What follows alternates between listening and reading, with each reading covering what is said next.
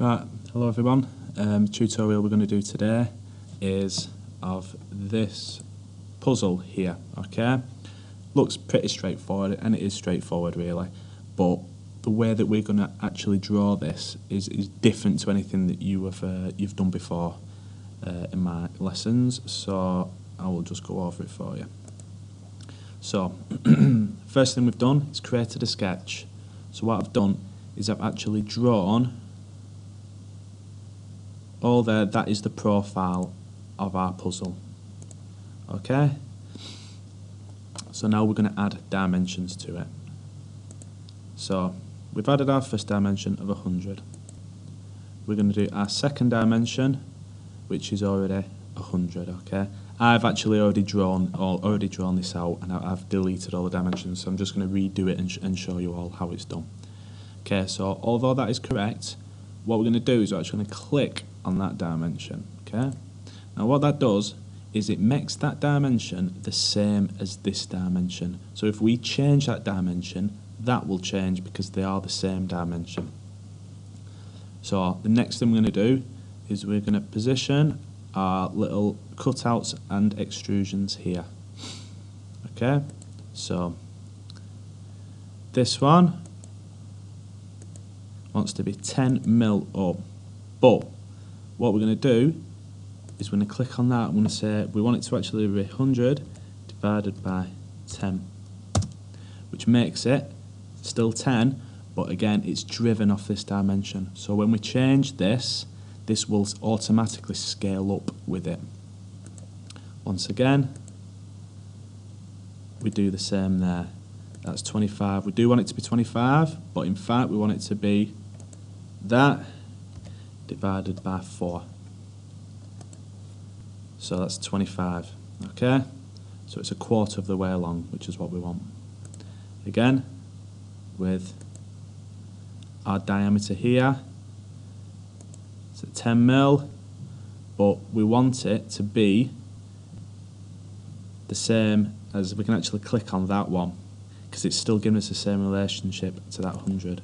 So that will set it as 10, okay?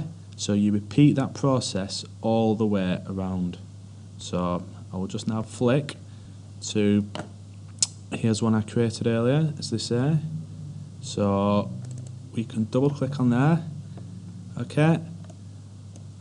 So what I've done then is I've grouped it all and I've changed it to construction. So it's just a reference, it's going to be our template for all the puzzles. Let's get rid of that email. So what we've done is I've gone round and I've just repeated the dimensions we've done here all the way around. So if you watch now, I zoom out, if I change that 100 to 150, everything changes, it all moves up, it's all in the same, all linked in the same scale. I can do it 250 if I want. I can even change it to 1,000, imagine that, let's go crazy. Right. So as you can see, it's keeping it the same every time. Okay, so these are called driven dimensions, and we've driven it just off one dimension that's controlling everything. So what do we do now?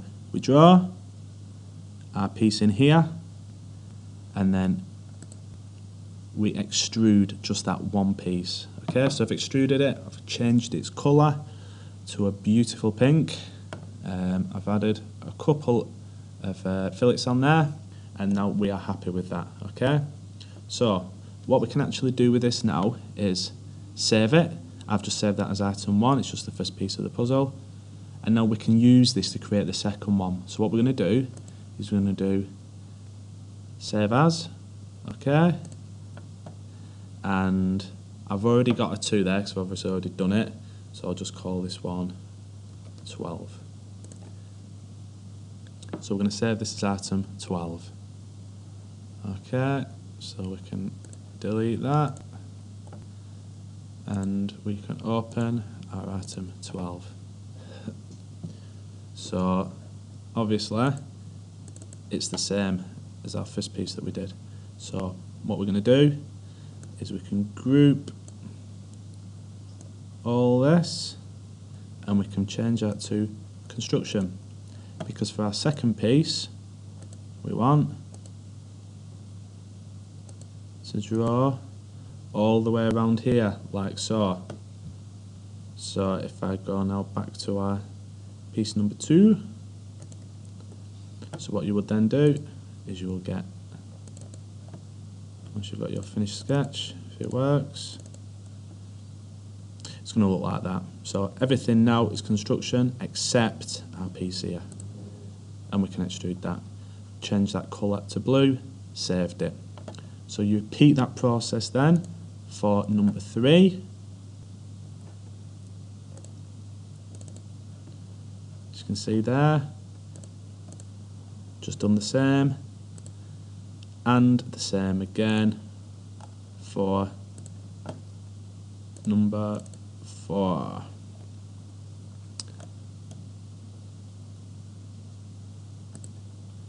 Okay, do a save as, and save those items as you've just been shown. I'll just give it as we no longer need it. Nope.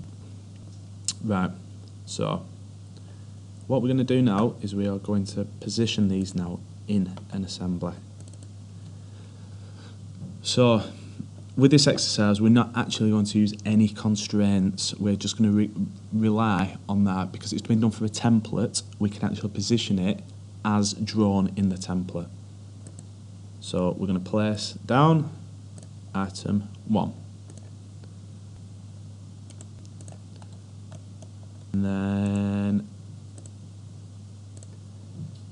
we're going to go over, find our item 1 in the browser, right click, properties, occurrence. So what you've got X, Y and Z offsets. So just because I've dumped this anywhere, that's where they actually are on those planes. So I can set that 0, 0, 0 and ground it. If we OK that puts it in position. We then do our second piece.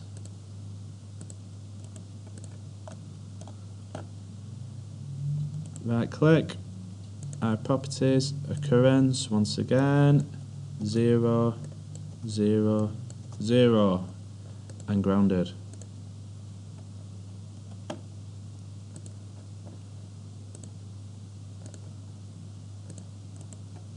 Do the same for item 3 and the same for item 4. So you can either click in the browser or you can actually click on the item.